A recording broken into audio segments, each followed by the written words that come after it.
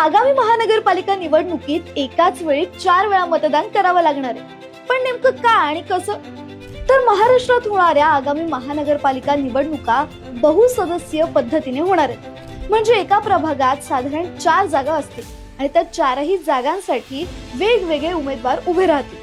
ही मतदान पद्धत बृहन्मुंबई महानगरपालिका वगळून उरलेल्या 28 महानगरपालिकांमध्ये लागू असणार आहे। त्यामुळे मतदारांना मतदान करताना थोडे वेगळे पण महत्त्वाचे नियम पाळावे लागणार आहेत। आता प्रत्येक मतदान केंद्रावर प्रभागानुसार 2 किंवा 4 ईव्हीएम मशीन ठेवली जातील।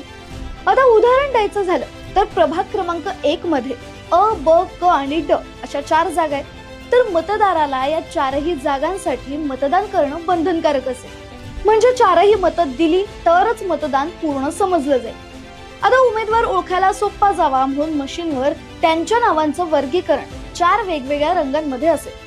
अ जागेसाठी पांढरा रंग, ब जागेसाठी फिकट गुलाबी, क जागेसाठी पिवळा आणि ड जागेसाठी फिकट निळा रंग। 4 पैकी 4ही मतं देणं अनिवार्य आहे, पण ती मतं एकाच पक्षाला द्यावी लागतील असं अजिबात नाही। मतदाराला पूर्ण स्वातंत्र्य आहे की तो अ साठी एका पक्षाचा उमेदवार, ब साठी दुसऱ्याच पक्षाचा उमेदवार, क साठी तिसऱ्या आणि ड साठी आणखी वेगळा उमेदवार निवडू शकतो।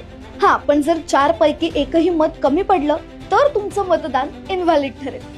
तुम्ही 4ही बटणं योग्य उमेदवारांसाठी दाबल्यावरच मशीन बीप वाजवेल आणि तेव्हाच तुमचं मत ग्राह्य धरलं जाईल। म्हणून मतदान करताना हे सगळं नीट लक्षात ठेवा। 4ही जागांसाठी मत द्या, मगच तुमचं मतदान पूर्ण होईल।